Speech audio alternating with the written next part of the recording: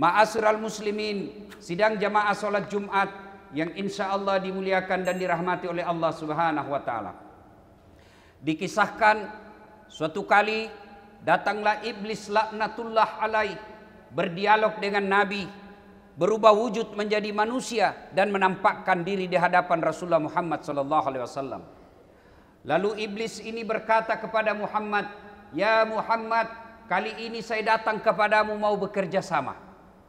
Nabi berkata, "Alhamdulillah, apa gerangan kerjasamanya?"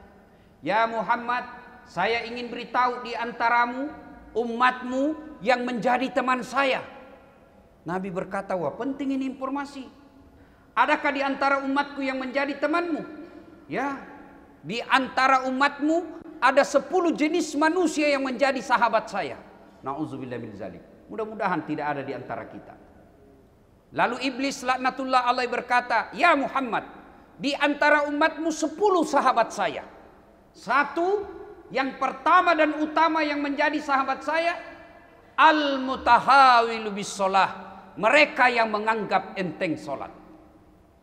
Siapa mereka yang menganggap enteng sholat? Mereka yang sudah tahu sholat 5 waktu itu wajib. Mereka yang sudah paham bahwa meninggalkan sholat itu dosa, tapi mereka tetap merasa tidak ada dosa ketika sholat. Mari kita periksa hati kita.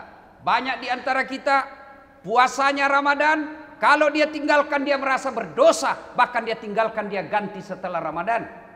Banyak di antara kita takut dia berzina, takut dia ngambil sandalnya orang, tapi ketika dia tidak sholat, dia tidak punya perasaan merasa berdosa. Padahal puncak kemaksiatan kepada Allah adalah ketika Anda melalaikan sholat. Saudaraku yang kucinta karena Allah, begitu Anda ibadah baik, tapi tidak mendirikan sholat, demi Allah kalian adalah orang yang sia-sia dalam beramal. Kenapa sholat ini penting?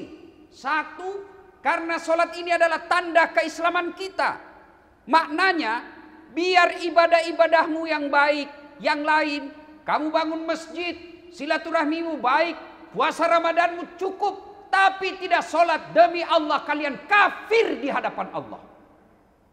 Buka Al-Quran surah Al-Fat, di situ Allah jelaskan, Bismillahirrahmanirrahim, Muhammad Rasulullah, walladzina ma'ahu asidda'u alal kuffar, ruhama'u bainahum, tarakum rukka'an sujjadah, yabtaguna fadlan minallahi wa ridwana, Fimahum fi wujuhihim min asaris sujud, ila akhir ayat.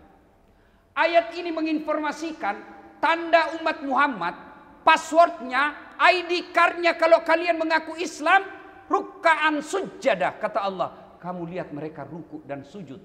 Ulama menafsirkan ayat ini, mereka yang mengaku Islam tapi tidak sholat, mereka ulama tafsir mengatakan kafir di hadapan Allah.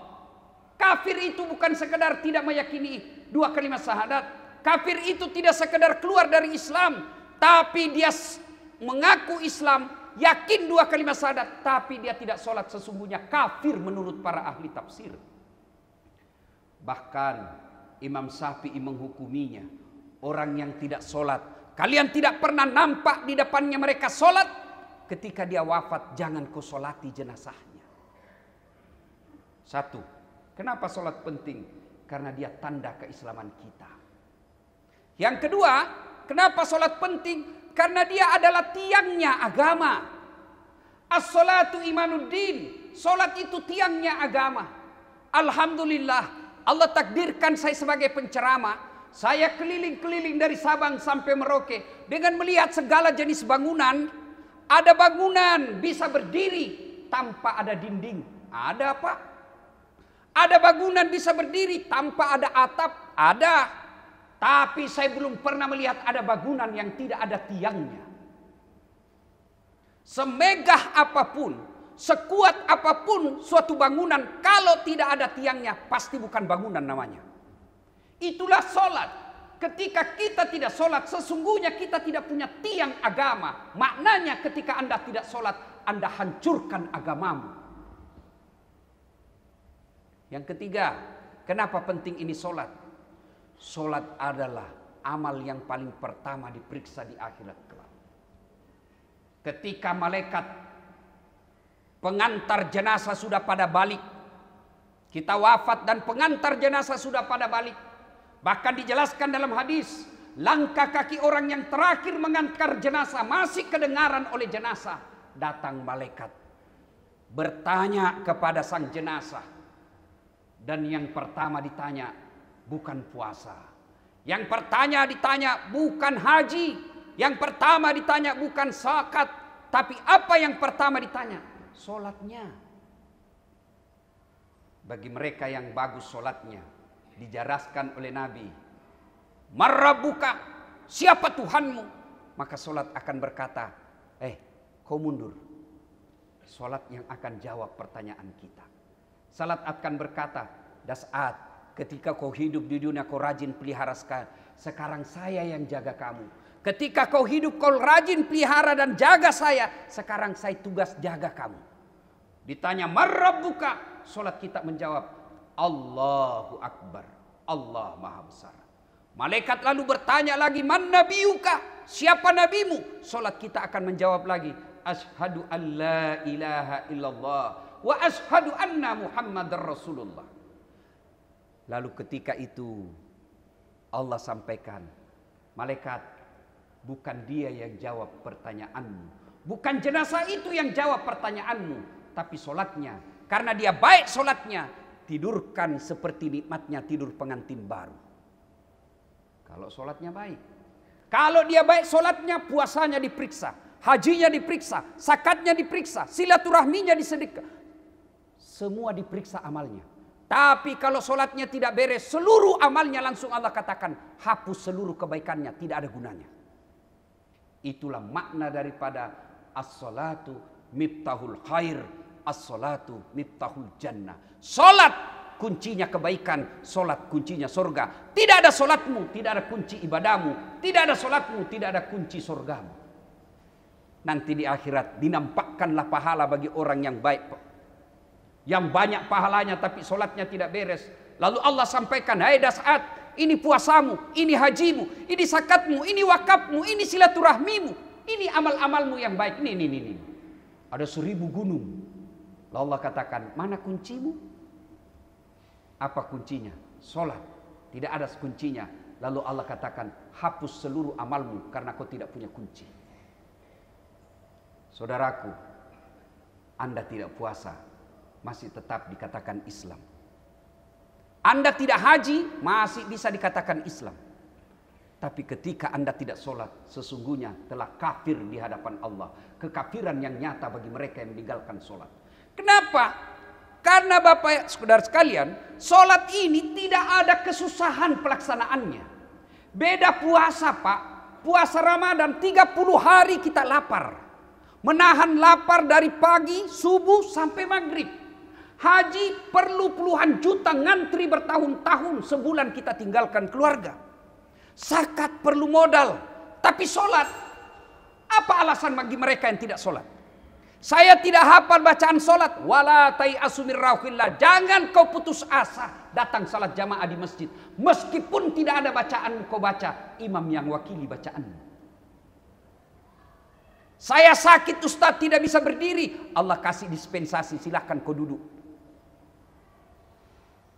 Saya tidak bisa kena air Ustaz, Allah kasih keringanan, silahkan kau tayamum. Saya tidak tahu kiblat Ustaz dalam perjalanan, silahkan menghadap kemana saja, yang penting niatmu menghadap kiblat, sah. Saya dalam perjalanan Ustaz, tidak bisa sempurna sholat saya, Allah kasih keringanan, silahkan kau jamak.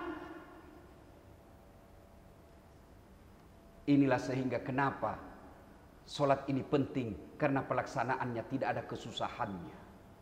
Maka saudaraku yang masih malas sholat, mudah-mudahan selesai khutbah ini, perbaikilah sholat kalian. Coba lihat Pak, kadangkala sholatnya cuma hari Jumat, itu pun paling terlambat datang, paling cepat pulang. Orang khutbah dia tidur. Tapi begitu ada masalahnya dia salahkan Allah. Ya Allah, kenapa hidupku susah? Ya Allah, kenapa rumah tanggaku berantakan? Kau tidak sholat bos. Coba lihat itu yang selalu terlambat sholatnya Pak. Coba lihat. Itu juga itu minggu lalu. Dia juga itu minggu depan. Lalu mau masuk surga. Memangnya nenekmu yang punya surga?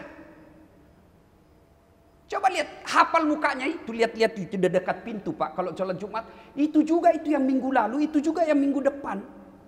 Hanya sholatnya hari Jumat, paling terlambat datang, paling cepat pulang. Apakah susahnya saudaraku yang kucintai karena Allah? Datang lebih awal sholat Jumat. Pakailah parfum, pakai warna putih. Sebelum azan sudah duduk, bersalawatlah kepada Nabi sebanyak-banyaknya, nunggu azan Jumat. Selesai sholat Jumat jangan langsung pulang. Kau tinggal sekejap saja, 5-10 menit kau minta kepada Allah. Kecil buat Allah, bayarkan itu utang-utangmu. Tapi bagaimana Allah mau menolong kita?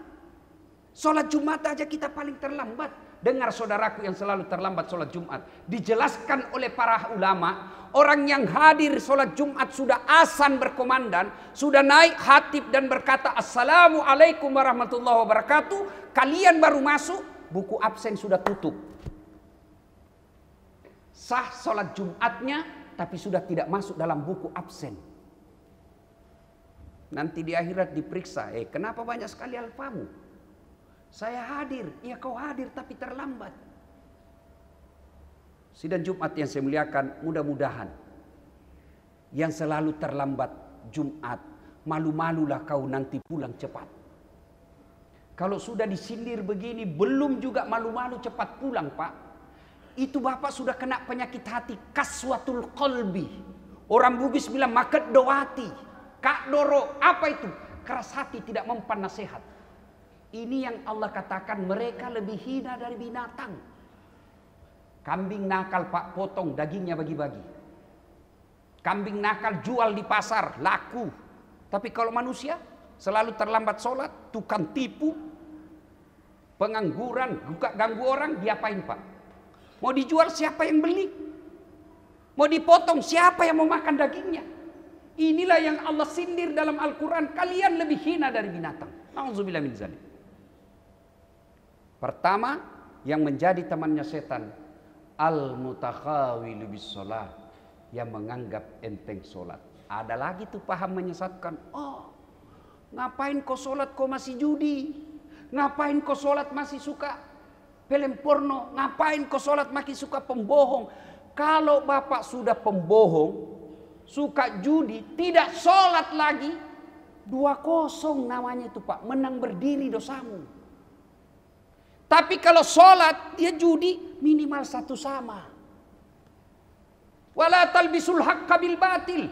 Allah tidak mencampurkan antara yang hak dan yang batil. Dosa-dosa, kebaikan-kebaikan. Ada lagi yang berkata, sudahlah, yang paling penting itu hatimu baik. Biar kau tidak sholat, hatimu baik. Siapa yang ngajar Bapak bilang hatimu baik biar tidak sholat? Kalau yang penting hati baik, mestinya Nabi Muhammad tidak usah sholat. Paling baik hatinya, paling bagus akhlaknya, paling bagus tutur katanya. Tapi apa beliau tidak sholat? Tetap sholat. Ya Allah, murahkan rezekiku. Ya Allah, sembuhkan penyakitku. Ya Allah, berikan saya keturunan yang soleh dan soleha. Allah dengar itu doanya Bapak. Maka Allah jawab.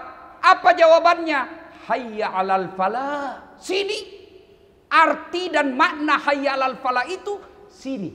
Saya kasih kamu apa yang kau mau. Mari saya kasih kau kemenangan. Itu hayya alal falah. Tapi sayang, Allah memanggil kita hayya alal falah. Sebentar, masih bisa 1 batang ini, masih panjang khutbah. Pantas 30 tahun Anda jadi pegawai negeri, tidak bisa lepas dari kredit. Kenapa? Karena Anda jauhi yang punya dunia. Yang kedua, yang menjadi temannya setan, ghaniyun mutakabbir, orang kaya yang sombong. Puncak dari orang kaya yang sombong adalah mereka yang bakhil, pelit, medit, dedekut, seke. Pak, Bapak merantau dari Sulawesi Selatan, datang bekerja ke Medan. Ternyata di Medan tidak dapat pekerjaan. Demi Allah, Bapak masih punya pilihan. Apa pilihan Bapak? Balik kampung. Datang orang Jawa bekerja ke Medan, ternyata di Medan tidak sesuai yang diharapkan. Masih bisa ada pilihannya. Apa pilihannya? Pulang kampung, mangan orang mangan, yang penting ngumpul. Pegawai negeri, pilkada, kalah yang didukung. Yang tadinya kepala dinas akhirnya menjadi staf ahli. Tidak disenang sama wali kotanya, tidak senang gubernurnya. Ada pilihan? Ada. Apa pilihanmu? Pensiun dini. Tidak ada urusan dengan wali kota gubernur. Tapi demi Allah, begitu Bapak masuk kubur, ada pilihan? Tidak senang ini sini, menderita, saya mau keluar dulu. Tidak.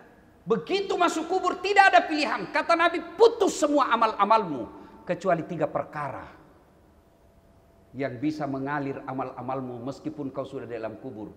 Satu di antaranya disebut sadaqatun jariyah, yaitu sedekah. Saya bangga mendengar tadi, Pak. Saldo kas, Pak, lebih 200 juta. Jumat lalu pemasukannya, kalau saya tidak salah dengar tadi, 20 juta. Hari Jumat 20 juta. Jarang-jarang masjid Jumat 20 jutaan ke atas celengannya. Alhamdulillah, Pak. Alhamdulillah. Bagi saudaraku yang banyak masalah dalam rumah tangga, yang banyak masalah dengan pekerjaan, mari tolak bala dengan cara apa? Bersedekah. Sedekah pembangunan masjid. Bapak lihat ada pembangunan sebelah kanan kita. Ayo sedekah. Bagi mereka yang punya kuasa, mereka yang punya kekuasaan, bantu pembangunan masjid dengan tanda tangan dan kekuasaan. Bagi mereka yang Allah titipkan kekayaan, bantu pembangunan masjid, kirim semen besi ke sana. Anda tidak punya kuasa, Anda tidak punya duit, bantu pembangunan masjid ini dengan apa? Pikiran. Kalau kita cerdas, bantu menjadi arsitek. Ternyata kita juga tidak bisa karena tidak punya ilmu. Bantu dengan tenaga, datang angkat semen, gotong royong. Ternyata juga tidak bisa, maka bantu pembangunan masjid dengan cara apa? Diam. Jangan banyak bicara. Ada juga tuh Pak, tidak pernah datang masjid, tidak pernah datang rapat, tidak pernah berjamaah, cerewetnya minta ampun. Kau diam aja deh. Sidang Jumat yang saya muliakan, mereka yang bakil, orang kaya yang sombong, dan wujud konkretnya adalah pelit, itulah temannya setan. Sebaliknya, orang kaya yang pemurah jauh lebih gampang masuk surga daripada kita yang miskin. Orang miskin bersamaan, orang kaya juga mampu berjamaah. Orang miskin bangun sholat tahajud, orang kaya juga bisa. Orang miskin tadarusan, orang kaya pun mampu. Tapi begitu orang kaya menghajikan orang, mengumrahkan orang, membangun masjid, membangun pesantren, tentu kita orang miskin tidak bisa mengikutinya. Sebenarnya masih ada lagi yang menjadi teman setan, tapi waktu Jumat jualah yang membatasi kita. Pada akhirnya Allah Subhanahu wa taala berfirman, Bismillahirrahmanirrahim. Ya ayyuhalladzina amanu dukhulu fis-silmi kafatan wa la tattabi'u khutuwatis syaitan innahu lakum adu mubin. Wahai orang-orang yang beriman, masuklah engkau ke dalam Islam secara sempurna, dan janganlah engkau ikuti langkah-langkah setan.